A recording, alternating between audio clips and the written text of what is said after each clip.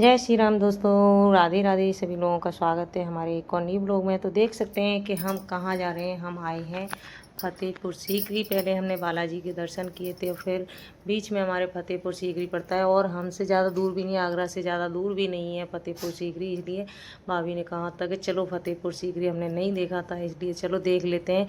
क्योंकि हम ताजमहल वगैरह तो ये देखते ही रहते हैं, फतेहपुर सीकरी हमारे लिए पहली बार देखने का मौका मिला था तो हम देखने के लिए गए, रुके थे यहाँ पर। और यहाँ पे ये पहले ही पार्किंग करा देते हैं कार की, जो कि जो महल है ना जोधाबाई का, उससे कम से कम 2-3 किलोमीटर ये पहले पार्किंग करा देते हैं। तो आप देख सकते हैं कि ये पहले पार्किंग में ही इन्होंने लूटना शुरू कर दिया। क्योंकि हम लोकल के होकर के हम गाइड की हमें ज़रूरत नहीं थी, लेकिन हमारे पीछे पहले से ही हमें उतरते ही, गाड़ी से उतरते ही हमारे पीछे पड़ गए कि अरे आपको हम दिखाएंगे, आप लोकल के हैं, हम आपको कम पैसे में ले जाएंगे, हम आपका ये करेंगे वो करेंगे। लेकिन इन लोगों ने नहीं माना। हमने मना किया कि भाई हम सब जानते हैं, हम खुद देख के आ जाएंगे, हमारी गाइड करने की ज़रूरत नहीं है।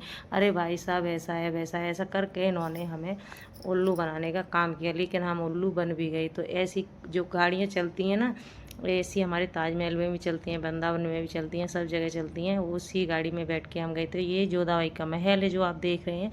पहले हम जोधाबाई के महल में गए थे तो यहाँ पे चप्पल रखने का भी चार्ज लिया जाता है दोस्तों। लेकिन हमारे ताजमहल में ऐसा नहीं है कि चप्पल रखने का चार्ज किया जाए, या हमारे एतमादौला में, हमारे यहाँ पे आगरा में ऐसा कुछ नहीं है कि चप्पल रखने का भी चार्ज लेते हैं ये लोग। तो ये देख सकते हैं कि ये ऐसा नज़ारा दिखता है यहाँ से। लेकिन खूबसूरती तो है इस जगह की, अच्छा है। लेकिन ये लूटने का काम है ना इनका, ये बहुत ही गलत है। यहाँ पे ऐसा करना नहीं चाहिए। लोकल के लोगों से तो नहीं करना चाहिए, बाहर के लोगों का चलो नहीं जानकारी होती है तो उन्हें आप नॉलेज दे सकते हो, उन्हें नॉलेज दीजिए आप।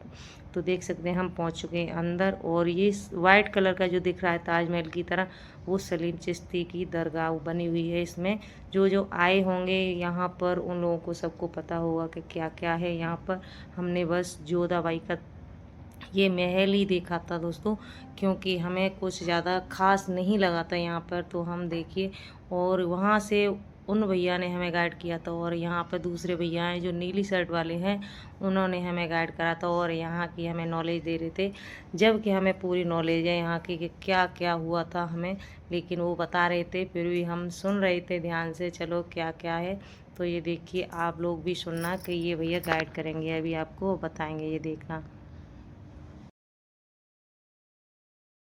जो दरगाह देख रहे हैं वो इंपोर्टेंट मैनपाड़े गुरु जी की दरगाह सलीम चिश्ती। यहाँ पर पहले कोई दरगाह कोई किला नहीं था, पहाड़ी भी बनाई होती है। यहाँ पर पहले कोई दरगाह कोई किला नहीं था, पहाड़ी इलाका था जंगल। सारे बच्चे यहाँ पर पहले दरगाह नहीं थी, कोई किला नहीं था, पहाड़ी इलाका था जंगल। पहाड़ी इलाके पर यह सलीम चिश्ती एक झोपड़ी डालकर है। अकबर की 3 रानियाँ थी, पहली रानी रुकैया, दूसरी जोधा, तीसरी मरियम। तीनों से औलाद थे।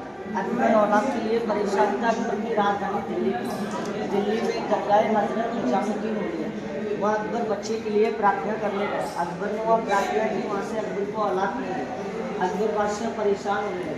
फिर अकबर बादशाह वहाँ से गए थे राजस्थान, अजमेर शरीफ।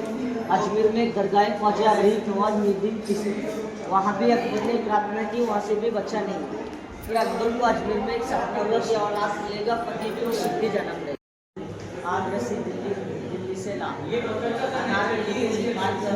जिंदा दीवार दुनिया को दिखाने के लिए छुड़वाया नहीं गया। हम लोग बिजली के रास्ते से काबुल में गए।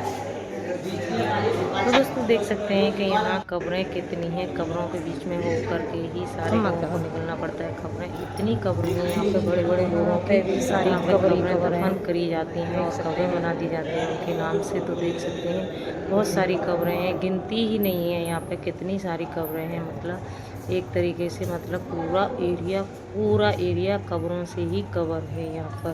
तो देख सकते हैं यहाँ पर लोग वाग इन्हीं के बीचों में होके निकलते हैं और इन्हीं के बीचों में होकर निकलना पड़ता है। तो दोस्तों हम भी इनके बीचों में होकर के ही हम निकले थे। और ये है जो दरगाह है ना सलीम चिश्ती की, ये उसके पीछे सारा एरिया कब्रों से ही ढका हुआ है। तो देख सकते हैं अभी हम जा रहे थे तो गाइडर जो भैया है ना, उन्होंने अभी हमसे बोला था कि अभी दरगाह के आपको दर्शन करने हैं और पहले हैंड वॉश करना पड़ेगा। तो देखिए हम पे यहाँ आने के लिए आते बोलोगे जिनका बुलावा है, बुलावा नहीं होता, जहाँ आपने सूच खोले वहीं से लौट। अपनी वाइफ को लेकर सीढ़ी चढ़ रहे थे, चढ़ते चढ़ते उनका पैर मुड़ गया, दर्द हुआ, वहीं बैठे रहे। उनका बुढ़ापा नहीं था, दरगाह वहीं बैठे। उनकी वाइफ आई, दरगाह पर गई, दर्शन करा, चादर चढ़ाया, धागा बनाया। उनकी वाइफ का बुढ़ापा था, उनकी वाइफ यहाँ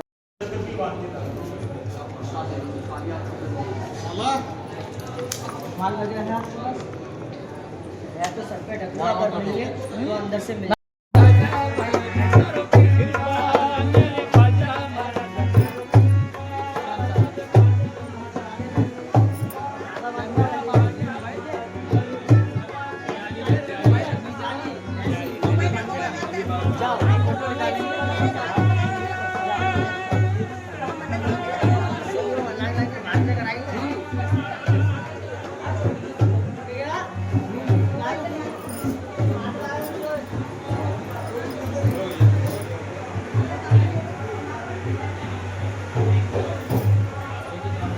दोस्तों देख सकते हैं ये है सलीम चिश्ती की दरगाह। तो यहाँ पर बोलते हैं, यहाँ पर कहा जाता है, मान्यता मानी जाती है यहाँ पे के जोड़े से जो भी आता है यहाँ पे अपनी मन्नत पूरी करने के लिए, तो वहाँ इनकी मन्नत पूरी होती है।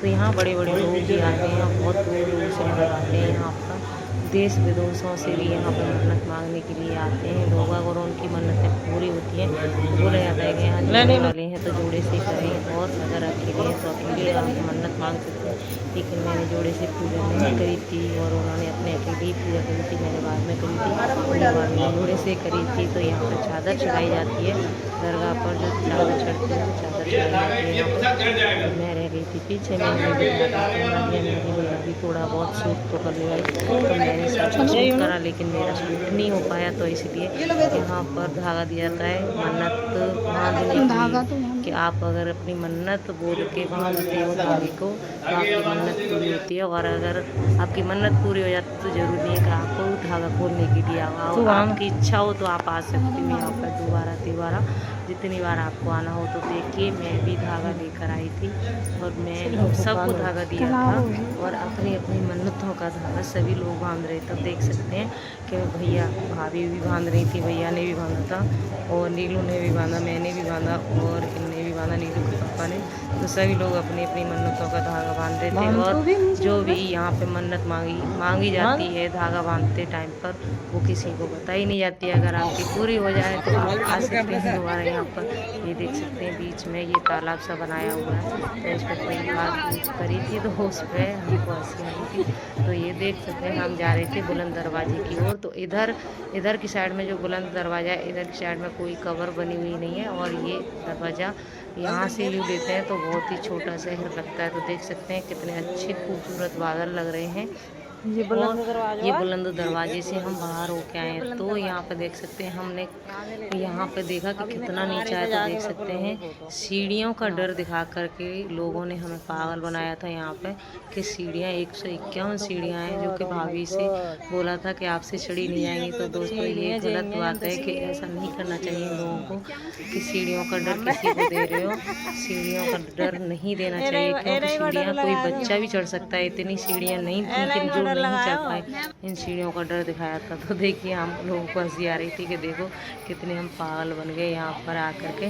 तो दोस्तों कोई बात नहीं, जो होना था हो गया, लेकिन हमने अच्छे से यहाँ पे घूमा और अच्छे से व्यू लिया और अच्छा लगा। वैसे यहाँ पे अच्छा लगा, लेकिन यहाँ पे जो लूटने का काम होता है वो अच्छा नहीं लगा यहाँ पे। और देख सकते हैं यहाँ पे फ्रूट चाट बहुत ज़्यादा बिकती है, तो आप लोग फ्रूट चाट का मज़ा ले सकते हैं। बहुत ही अच्छी लगती है यहाँ पे फ्रूट चाट, लेकिन मेरे को खट्टे की वजह से ज़्यादा अच्छी नहीं लगी थी, मैंने ज़्यादा नहीं खाई, मीठा मीठा खाया था मैंने। और ये किट्टू को खिलानी थी भाभी, क्योंकि इसने सुबह से कुछ नहीं खाया था, और ये ऐसे ही पेप्सी वेप्सी पी पी के अपना पेट भर रहा था। तो अभी हम चलते हैं अपने कार के पास।